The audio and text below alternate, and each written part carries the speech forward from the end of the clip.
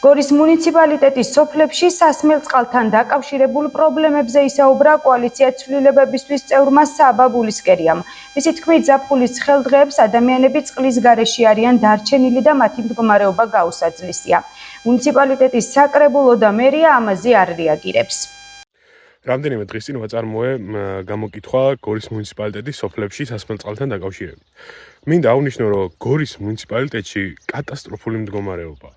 არ არის წყალი ახრიში, რიეთში, არ არის წყალი შინდიში, არ არის წყალი ხოვლეში, არ არის წყალი ბობნევში, არ არის წყალი ქვახვრელში. დაუსრულებელია სია. კატასტროფული მდგომარეობაა ხიდისთავში, კატასტროფული მდგომარეობაა ატენში. არც ერთ გორის მუნიციპალიტეტის სოფელში სასმელი და სარწყავი წყალი არ არის მოწესრიგებული. აი ამ დროს ოპოზიციის გარეშე დარჩენილი ქართული ოცნების დეპუტატები საკრებულოში სხედან და მხოლოდ საკუთარი ჯიბეების გასქელებაში ატარებენ დროს. აი ამ დროს ცხელ ზაფხულში გორის მუნიციპალიტეტის თითქმის არც ერთ სოფელს არ აქვს სასმელი წყალი.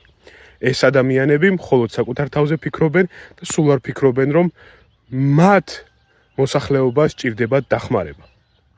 მინდა ყველამ გაიგოს ეს პრობლემა, ყველამ მოისმინოს და ჩემი თხოვნაა, რომ ეს ვიდეო გააზიაროთ და ნახოს ბევრმა ადამიანმა, თუ გორის მუნიციპალიტეტში როგორი კატასტროფალი მდგომარეობაა.